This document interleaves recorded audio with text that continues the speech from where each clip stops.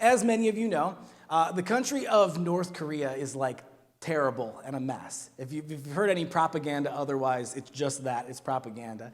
That country is a mess. Specifically in the beginning of the 2000s, they faced one of the biggest famines in modern history. In fact, it got so bad that a substantial portion of the populace was starving to death in North Korea because of the way trades were set up and nobody could find food.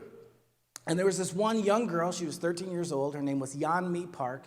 She ended up living close to the Chinese border, and she said at night she would look and she would see lights in China, and she figured if there's lights, there has to be food.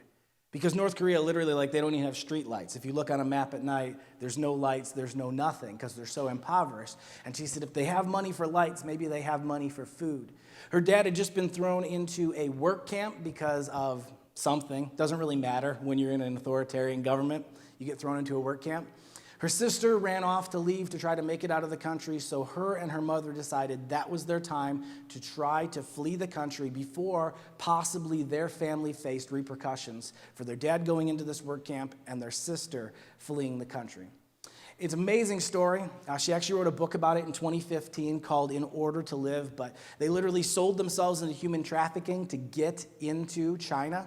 They end up being terrible things happening to them, to the mom, to the daughter, all these other issues as far as being taken advantage of by these human traffickers. But then some missionaries actually helped them cross a desert and get into Mongolia, because Mongolia has a deal where they will send people to South Korea, and they ended up making it to South Korea. Soon after that, a few years later, she actually ended up coming to the United States, and now Yeonmi Park is an author in the United States living in New York. Here's what's so fascinating about this story. First of all, it's amazing. If you want a book that is fascinating in regards to somebody's journey like that and her strength, very, very fascinating. Pray for North Korea. It is a mess, humanitarian mess, and definitely needs to be dealt with. The Holy Spirit needs to move. The gospel needs to be preached. But Yeonmi said this really interesting statement. She said, I got to South Korea, and when I got there, freedom was so hard. She said, freedom was so difficult when I arrived in South Korea. I got there and they said, what do you want to do? Where do you want to go? Where do you want to eat?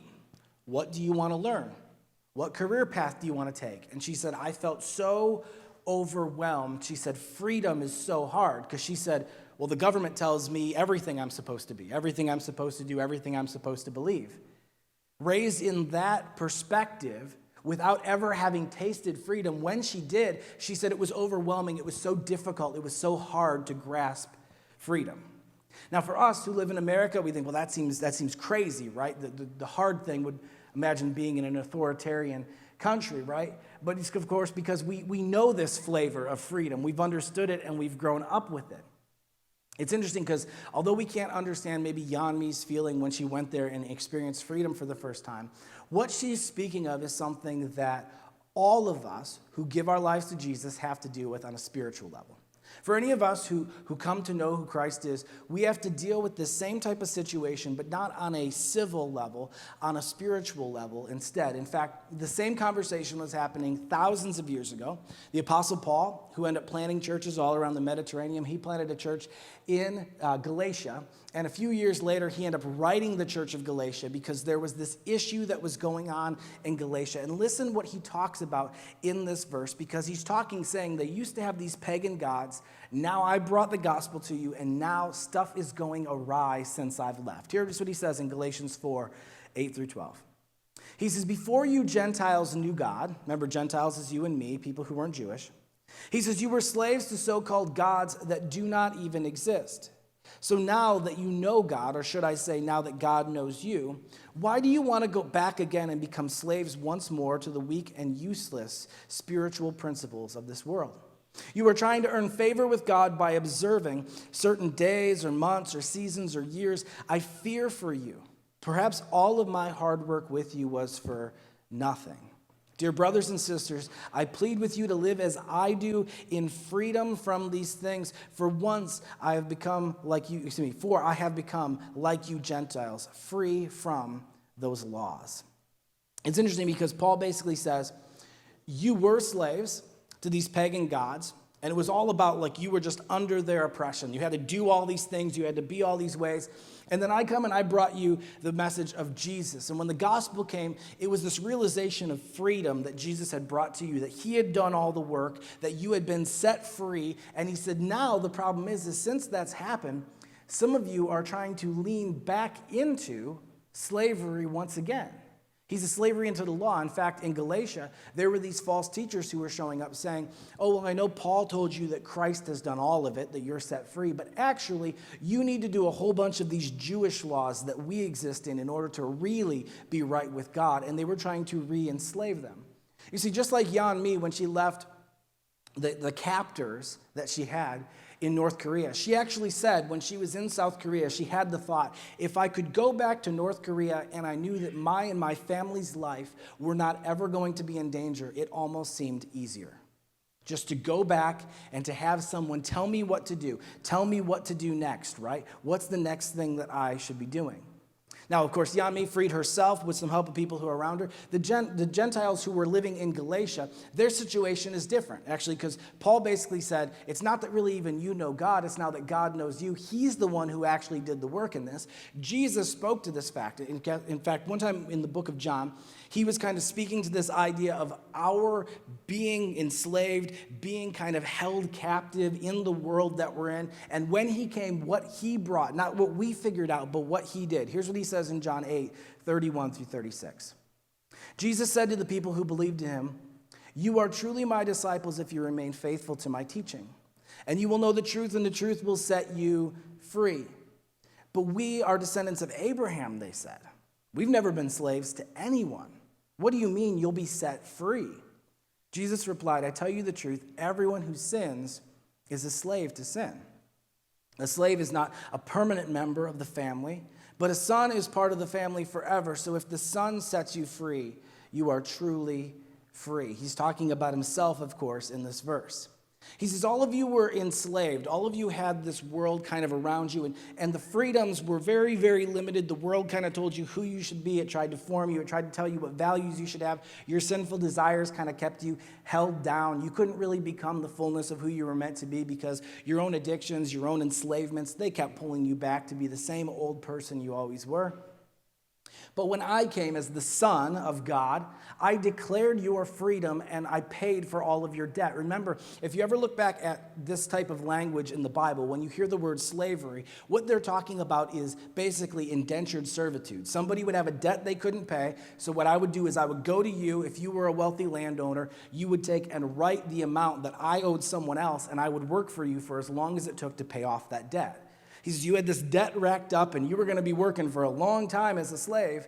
But he says, I showed up and I paid the debt and then I said, you're free to go.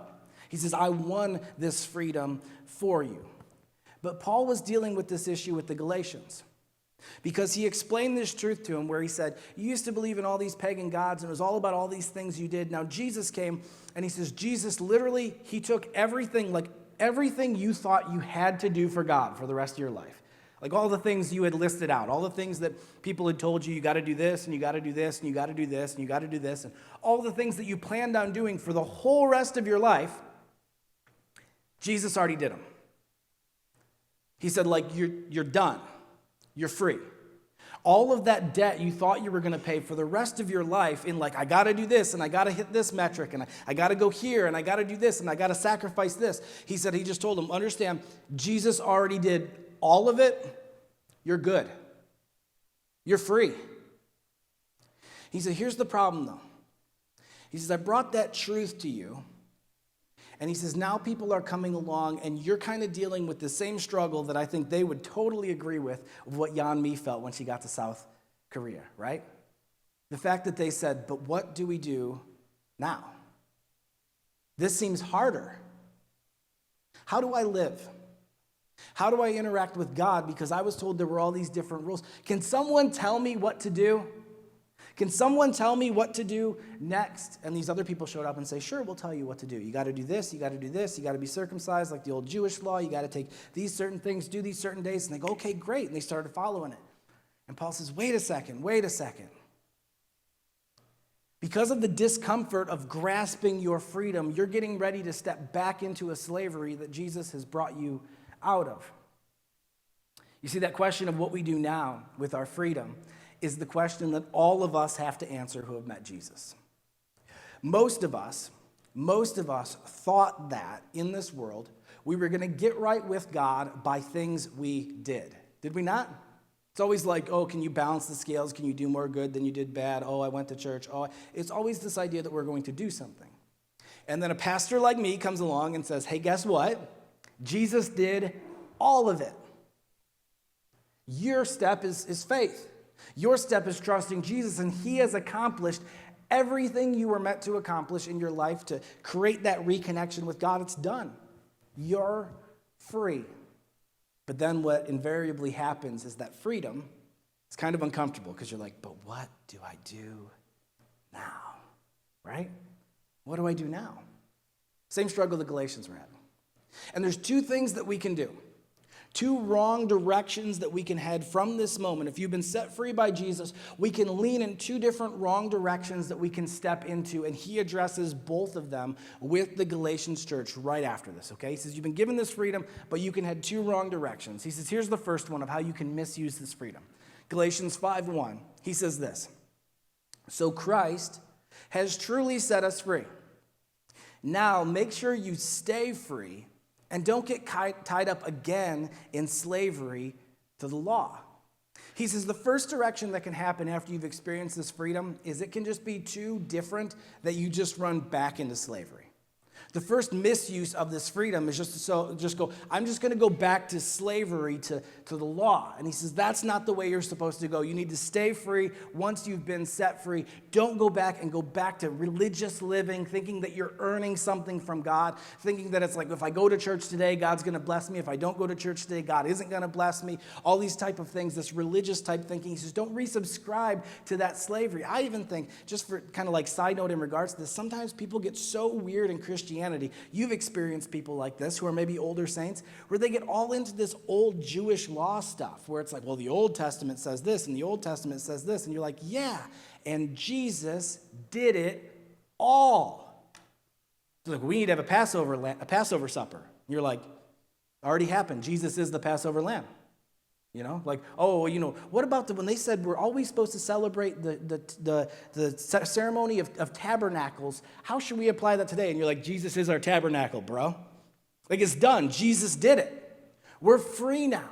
And he says you can have this tendency to lean back into slavery. That's one misuse, but he says there's another misuse. Paul is genius in regards to this. Don't think when you read these verses that you're just like, Paul is just throwing random comments. He's perfectly dissecting and laying out an argument to make sure in either direction. He says you can go back into slavery, or just a few verses later, he says this, Galatians 5:13. For you have been called to live in freedom, my brothers and sisters, but don't use your freedom to satisfy your sinful nature. Instead, use your freedom to serve one another in love. He says one wrong direction is leaning back into slavery. He says the other wrong direction is selfishness. The other wrong direction is selfishness.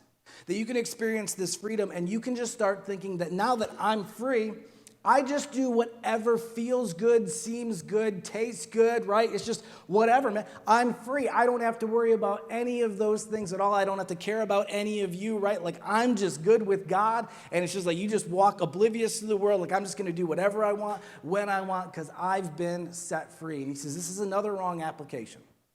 You can lean back into slavery and go, will someone tell me what to do? Or you can take that freedom and you can leverage it the other direction into selfishness where you go, no one can tell me what to do, right? No one's going to tell me what to do. Well, the Bible says no one's going to tell me what to do. Free. And he says, man, see, that's selfishness, and that's another wrong application of this freedom that Jesus has bought and paid for you. You're free. Don't go back into either of these. So how do we use this freedom in the correct way? Well, he gives it to us right in the end of this verse. He says this, instead, use your freedom. Use your freedom, here it is, you have it, to serve one another in love. Here's what I need you to get. We, as Jesus followers, have been set free to serve. We have been set free to serve. He says, here's two wrong outcomes to your freedom. Slavery, religious dogmatic, right? Like, I got to do this, I got to do this, I got to do this. Another wrong reaction, selfishness. It's all about me. All my money is mine. All my time is mine. All my energy is mine. I don't worry about you. I don't care about you. He says those are both wrong reactions. The right reaction to this freedom that you experience is serving. You've been set free to serve. Now, what do I mean when I say serve? Let me define it for you, because you can think like, oh, it means like, being good, being nice to people. No, okay? Here's what it means. Using your time, your energy, and your talents to bless someone else in a valuable way. Not just like I held a door open for somebody, serving, like, no. Using your time, your energy, your talents in order to bless someone else in a valuable way.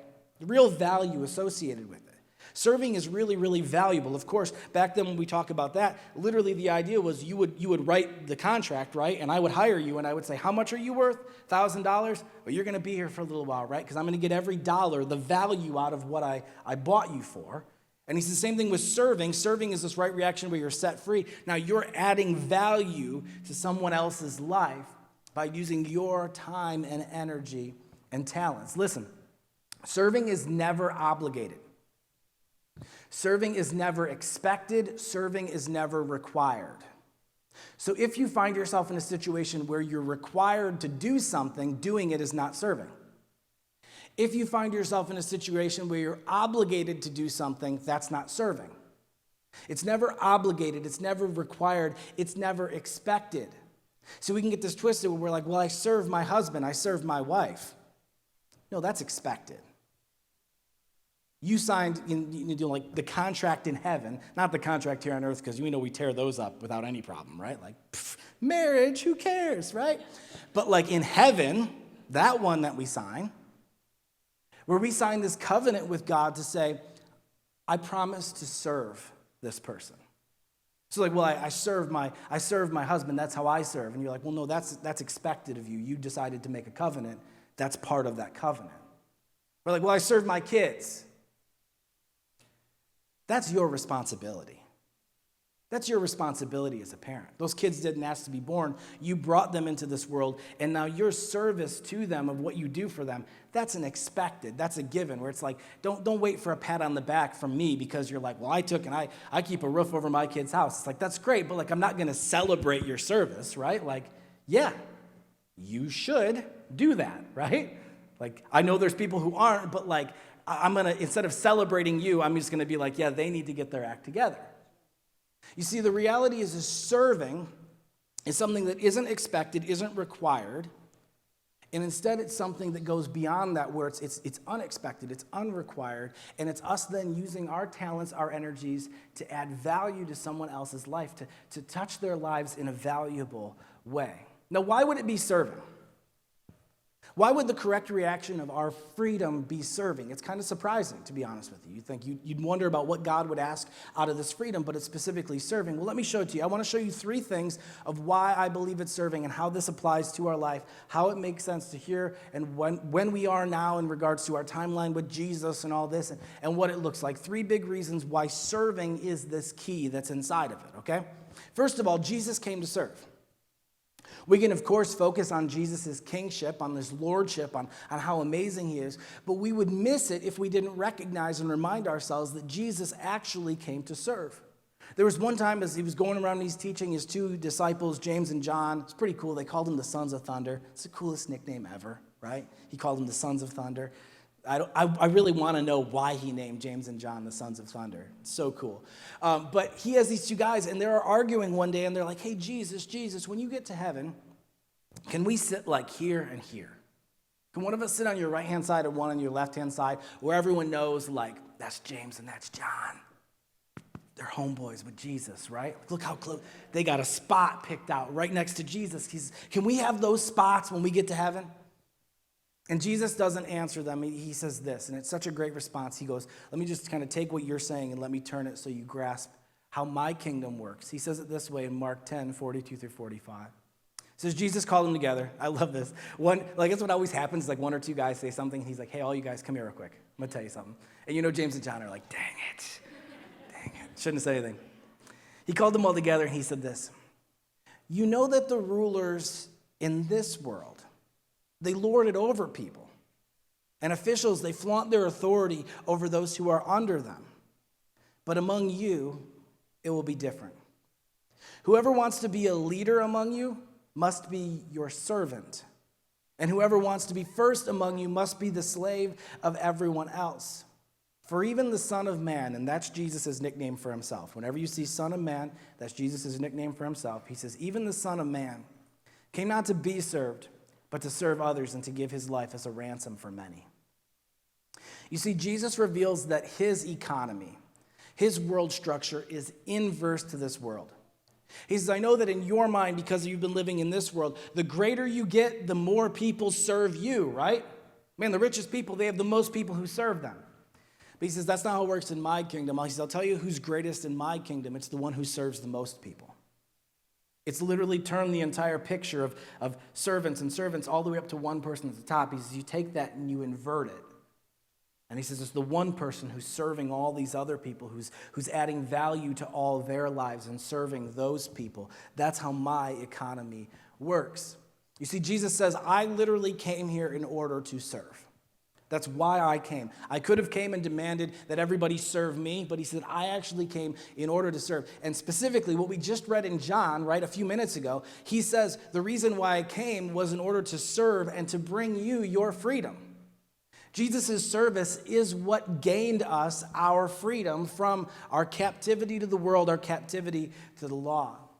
You see, the reality is Jesus came to serve, and that means you are meant to serve.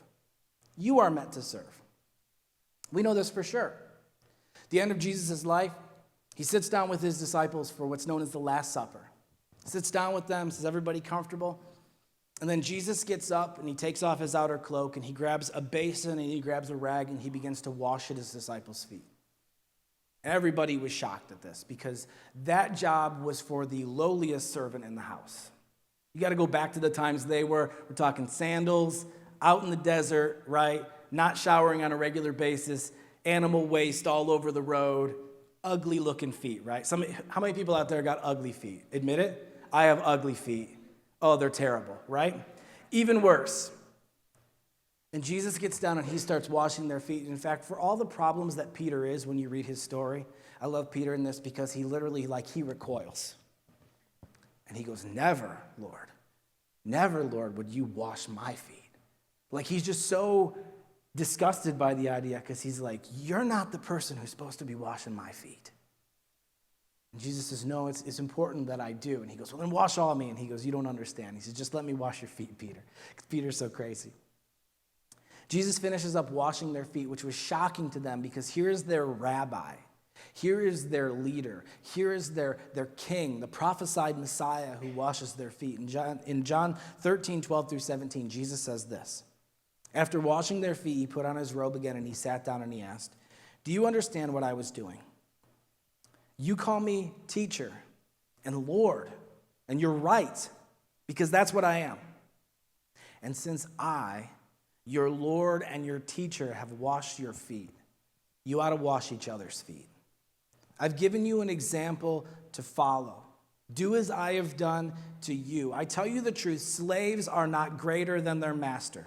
So he's saying, he says, you guys are slaves, I would be a master. Nor is the messenger more important than the one who sends the message. Again, he's like, I'm the one who sends the message, you're the messenger. He says, now that you know these things, God will bless you for doing them. Jesus served. And then he said, as you've seen me serve, you are meant to serve as well. He said, even though I am the Lord, I am the king, I am the teacher, I got down on my knees and I washed your feet. So how much more should all of you, realizing that you don't have the authority that I have? Friends, for us who are Jesus followers, we've experienced something far more amazing than Jesus humbling himself to wash the disciples' feet. We have experienced Jesus humbling himself to be beaten and take the cross for us.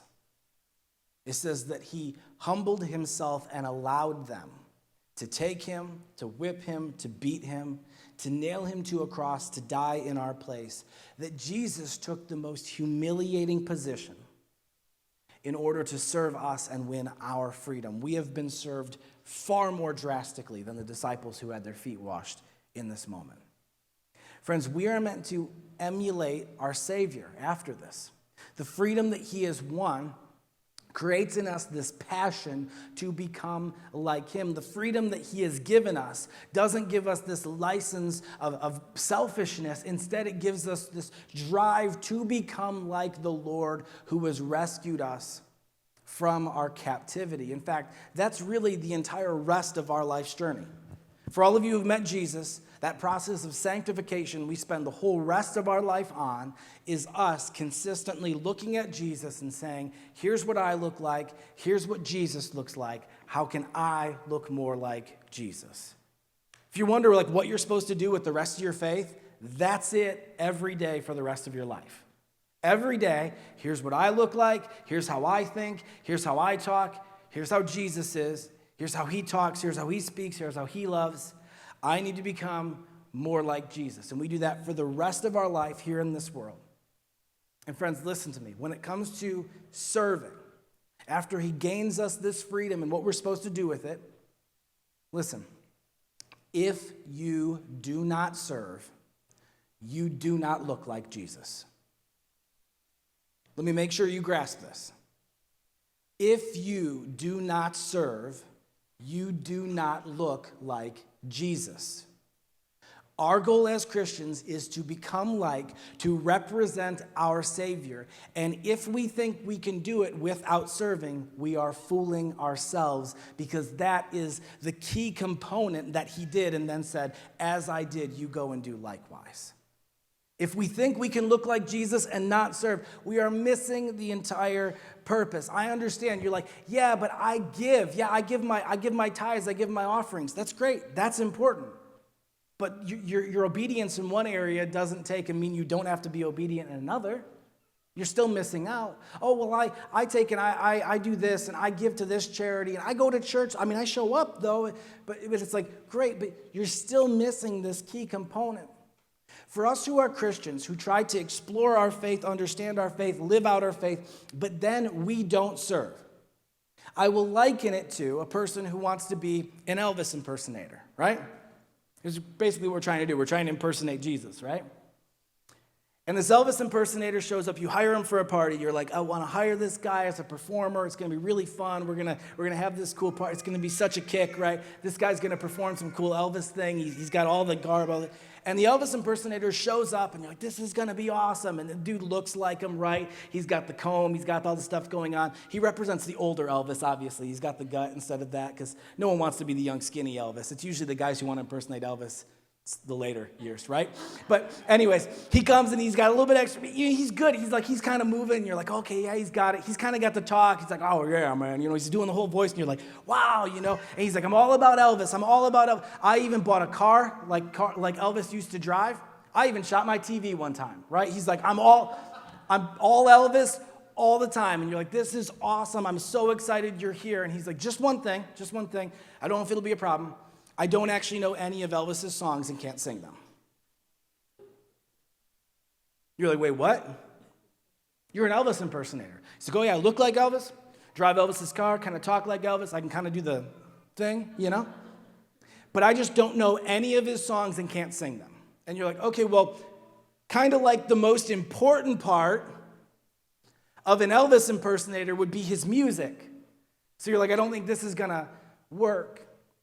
Friends, that's what we look like as Christians when we try to do everything else to be like Jesus, but we don't serve.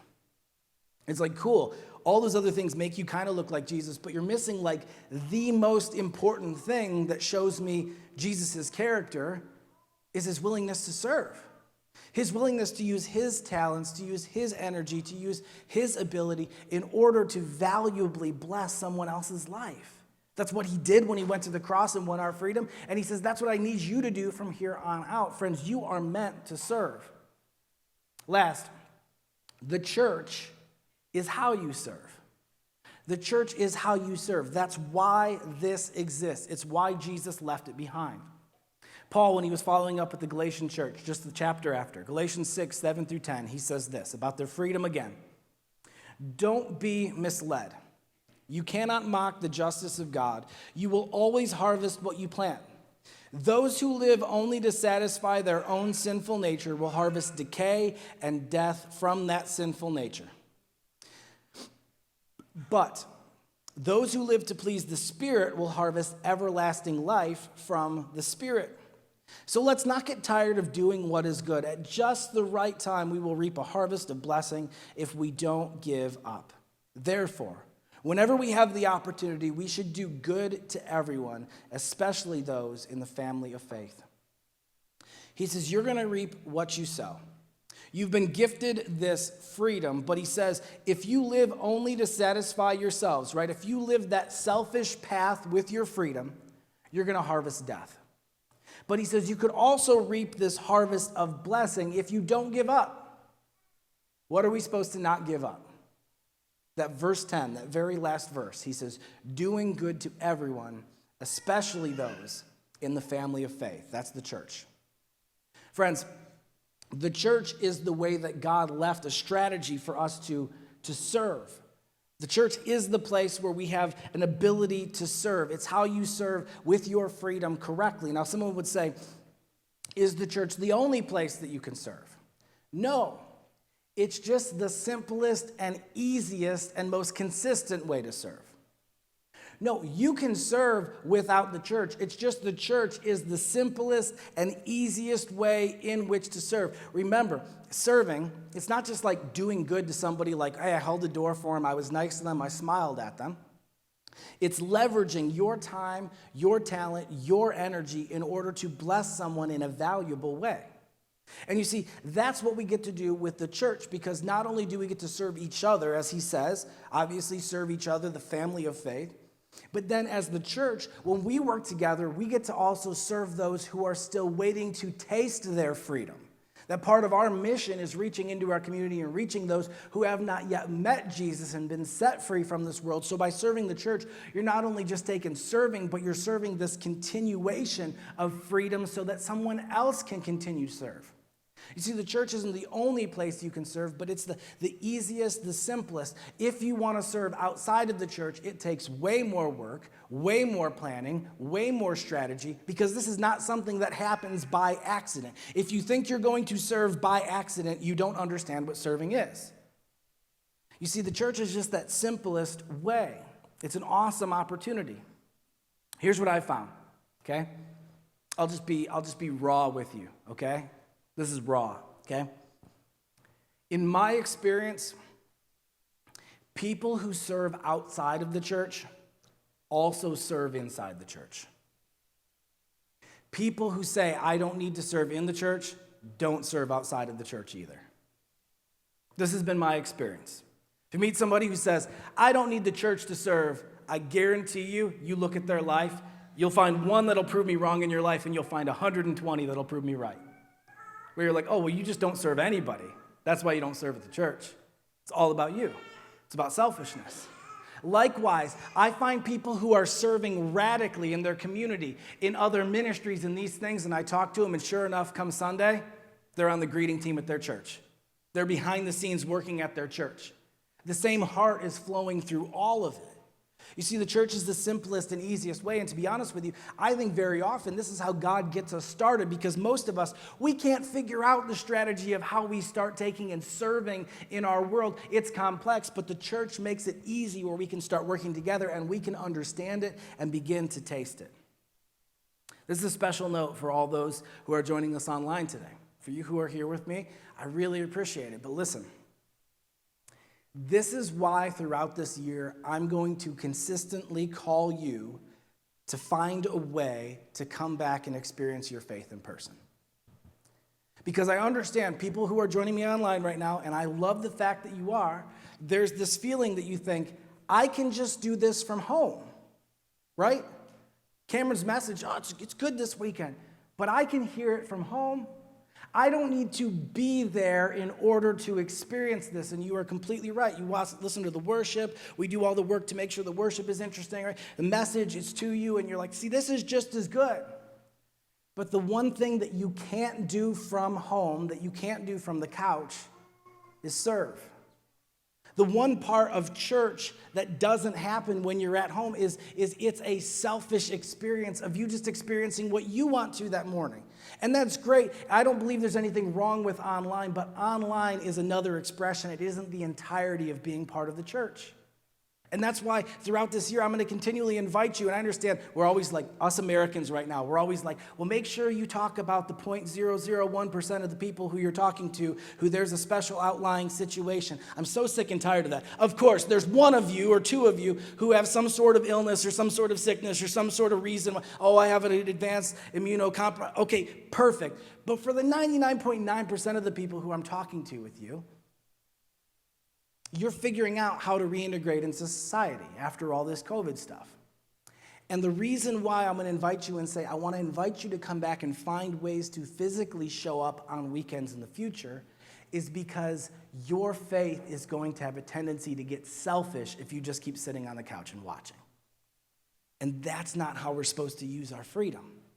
We're supposed to find a way to serve. And listen, some of you right now are like, I serve. Okay, cool, awesome. Send me a list with all the stuff you've been doing while you've been at home. And if you've served more than the people who've been here, I'll give you a pass. I'll send you a slip, permission slip. Permission to stay home because you serve more at home than when you do when you're here. Let me know if I'm wrong. I'll gladly sign you that permission slip. You can show it to everyone when they ask you, why don't you come to church? You're like, Cameron sent me a permission slip. I'm good at home. Perfect, awesome. It's great. But here's what I know when I stay at home, I'm way more selfish when I watch at home. I just do what I want. I'm having my coffee, right? Kids, shut up. Daddy's watching service, right? I come here and I have an opportunity to serve. People come here and you have an opportunity to serve. I see you who come and you give your time. You show up early and you stay late and you leverage your time, your talent, your energy to bless somebody else where when they show up, they get to experience because you've put in the work that they don't have to. And that's how we're supposed to live our freedom out. Jesus came to serve. You are meant to serve. The church is how you serve. Listen, Jesus has served you through his sacrifice on the cross. He has given you this freedom. We find ourselves in that same situation that this North Korean girl did when she found herself in South Korea, right? This crazy feeling Yan Mi had of this is hard because he's done everything and here I am now just kind of set free. Going back into slavery, wrong application. Leaning forward into just selfishness, wrong application. Finding out how you can serve, that's the correct application of the freedom that you have been given. Yami said it was hard, that she would go back to North Korea if she could be safe. What are you doing with your freedom? Each of us are going to have a tendency to lean one of these two ways. There are some of you this morning that you are leaning back into slavery. You experienced Jesus' salvation, his radical freedom that he gifted you. But if you're honest right now, you keep trying to think that you're going to earn something with God. I do this, I did this, I gave this, I went, and you think, I'm stacking up positives so that God is on my side, so that God will let me into heaven. And we're leaning back out of that freedom of, no, Jesus already did everything for you. You're set free. You're rescued, and you're leaning back into slavery. It's wrong, friends. You have to reject that. He says this is dangerous. It will take you away from the freedom that you've been bought. But equally, there are plenty of you, I would say probably more of you, considering our type of church, who you have a tendency right now that you're leaning into selfishness. You've been given this freedom, man, and you experienced it, and it tastes good, doesn't it? It's like, did you know, like, you're just good. Man, God has saved you. He has rescued you. But you're leaning into this selfish feeling of like, so say it's just all about my comforts. It's about how I feel today, about what I want today, about what I like, about what I want to do.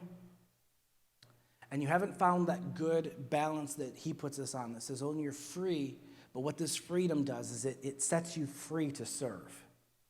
You start looking around and you start realizing that since I'm so free, I'm going to leverage my time and my energy and my talent to bless others in a valuable way. That's how I live out my faith correctly. You wonder, what am I supposed to do? What's next? It's not a list. It's not something you do. It's people. How can I serve people? How can I use what God has given me? I know if you're a Jesus follower, you say you want to look like Jesus. Again, you are not looking like Jesus. You are not being like Jesus if you are not serving. So my question to you is this. Are you using your freedom to serve others? Are you using your freedom to serve others? Let me clarify for you. If right now you think, I don't know, the answer is no. If it's not a yes, it's a no. If it's not yes, I'm using my freedom to serve others. If that wasn't what come to your mind, the answer is no, which is okay, as long as we respond to this.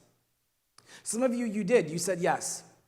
You said, yes, I'm using the freedom that Jesus has given me to serve others. You said yes today. In fact, some of you guys, you were here this morning. I prayed over you this morning. You were serving at your church this weekend, and you said, yes, I'm using what God has given me to serve others. And listen, then today's message is a great encouragement for you because you realize that you're not just showing up because someone put you on a list. You're showing up because this is the right application to your freedom. When you serve, when you come here and you go, I'm going to leverage my time, my energy, my talent to bless other people, you go, look how awesome this is, how free I am that I have been set free to serve other people. And you celebrate in that. Some of you felt this weird little awkwardness of like, kinda. God's probably drawing you in. Jesus is probably drawing you in to say, you want to look like me. You're maybe doing some of these other things. But Jesus is going, you really want to look like me? Do you really want to look like me? Do you really want to love like me? Serve like me. Serve like me and see if it doesn't change your heart, if it doesn't start doing something inside of your faith. For many more of you, obviously, it was just no.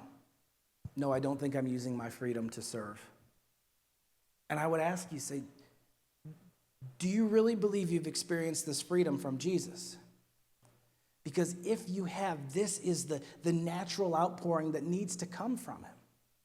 Maybe you haven't, and maybe today that's it. Maybe you go, I need Jesus. And at the end of the service, as we pray, maybe you just need to do that. You just need to say, Jesus, man, I need to connect with you. I need to put my trust in you, my faith in you, and believe. But of course, the other part of that is if you said no, it's finding the next step. Listen, this is why we do teams. This is why we do teams at our church.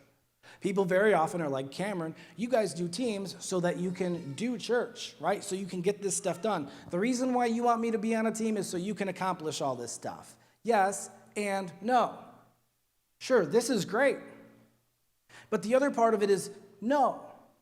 The reason why I want you to serve, the reason why I will call you unashamedly to serve is because when I was a young man who gave my life to Jesus, people gave me opportunities to serve. And as I served, listen, my faith skyrocketed. When I stopped putting all of my energy and my faith on me, what can I read? What can I learn? What can I whatever?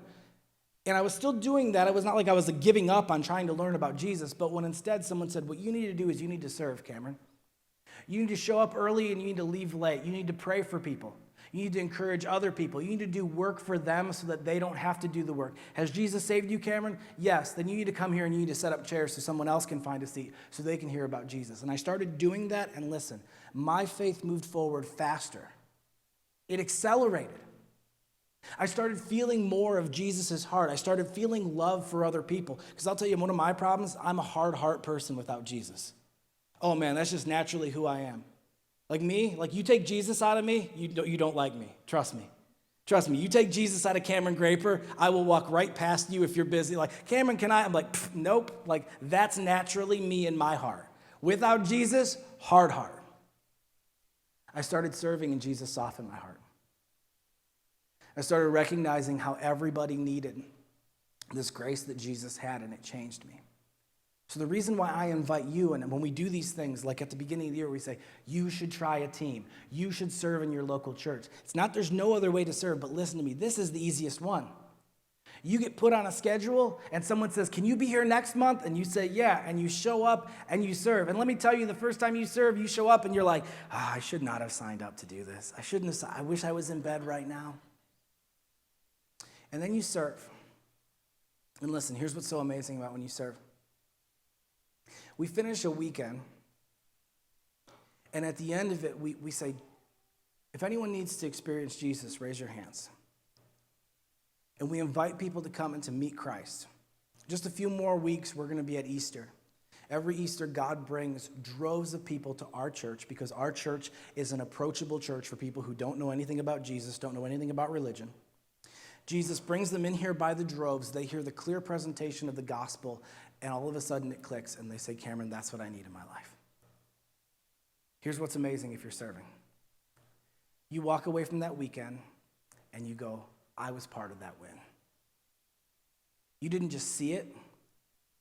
You were part of it. God used me. He used some of my talent, some of my time with everyone else's to create a space, to create an experience where somebody's eternity just got changed. Let me tell you, you will start to just long for it. You'll start to realize that everything else pales in comparison to it. You'll start to just crave it, to say that's the one thing that's better than everything. And you'll start serving more and more and more and finding ways, how can I use what God has given me? If any of you are in this moment, I'll just give you one of Paul's kind of last words with this. Because right now the devil is trying to whisper something into your ear, and I can tell you what it is. Well, that's great, but you're too busy. You're too busy. You don't need to come and serve. Your time is valuable, very, very valuable. You don't have a lot of it. Too valuable to come and do this. You'd be better used somewhere else. You're a really smart person. You're a really great person. You know, you have talents. You coming and just serving people coffee or greeting people or helping run production. And the enemy's giving you that lie right now. And let me tell you what Paul said to the church of Galatia, because he knew this was exactly going to be what the enemy would say to them too. Galatians 6:3, he says this: if you think you're too important to help someone, you're only fooling yourself. You are not that important. You are not that important. Friends, you've been gifted freedom. Don't waste it. Don't waste it. Use it to serve others and watch as it spools up to others' freedom, and then them serving others, and others' freedom, and them serving others. That's how we change the world. Do you pray with me? God, thank you so much for your serving us, for your rescuing us from our sin, God. Thank you for setting the example for us and then calling us forward to it, because I believe, God, that you're not calling us into serving because it's like, well, you owe me or something like that. You're calling us into serving because you know it's going to be the greatest blessing in our life. That as we serve, we're going to get to see you work through us, and it's going to solidify our faith because we wonder if you're real. But as we serve, we get to watch you work through us to bless people's life, and it proves to us he is real. He is trustworthy. He is dependable. He is good. God, I pray right now that you would touch people's hearts. If there's any here that they have that feeling that they need to lean into you right now, they feel as though they've been far away and they need to lean into you right now, and they need to accept that gift, that freedom that only you can give, Jesus. Not following a bunch of rules, but they just want to experience your freedom of salvation today. God, I pray right now that you would just touch hearts. And for anyone who's here in this room and anyone who's online, I would invite you to respond in this moment. No one's looking around. If you're here, I'm going to count to 3 and you put your hand over your head and I'm going to pray for you. If you're online, I'm going to count to 3 and you're going to put a 7 in the chat and we're going to pray for you. 1, 2, 3. Go ahead if it's you. Yeah, I see you. Yeah. Yeah, I see you, sir. Absolutely. If you're online right now, like I said, you just put a 7 in the chat. We're going to pray for you. And we're going to repeat a simple prayer, and this is a prayer of inviting him to do the work that only he can do. For all of you who are here with me, I want you to repeat this prayer. For all of you who are watching online, I want you to repeat it right where you're at as well. Say with me, say, Lord Jesus, I'm sorry for my sin. Thank you for dying in my place. Please become the king of my life. I trust you with my eternity. In Jesus' name, amen. Can you celebrate with people who took that step today? That amazing opportunity. Man.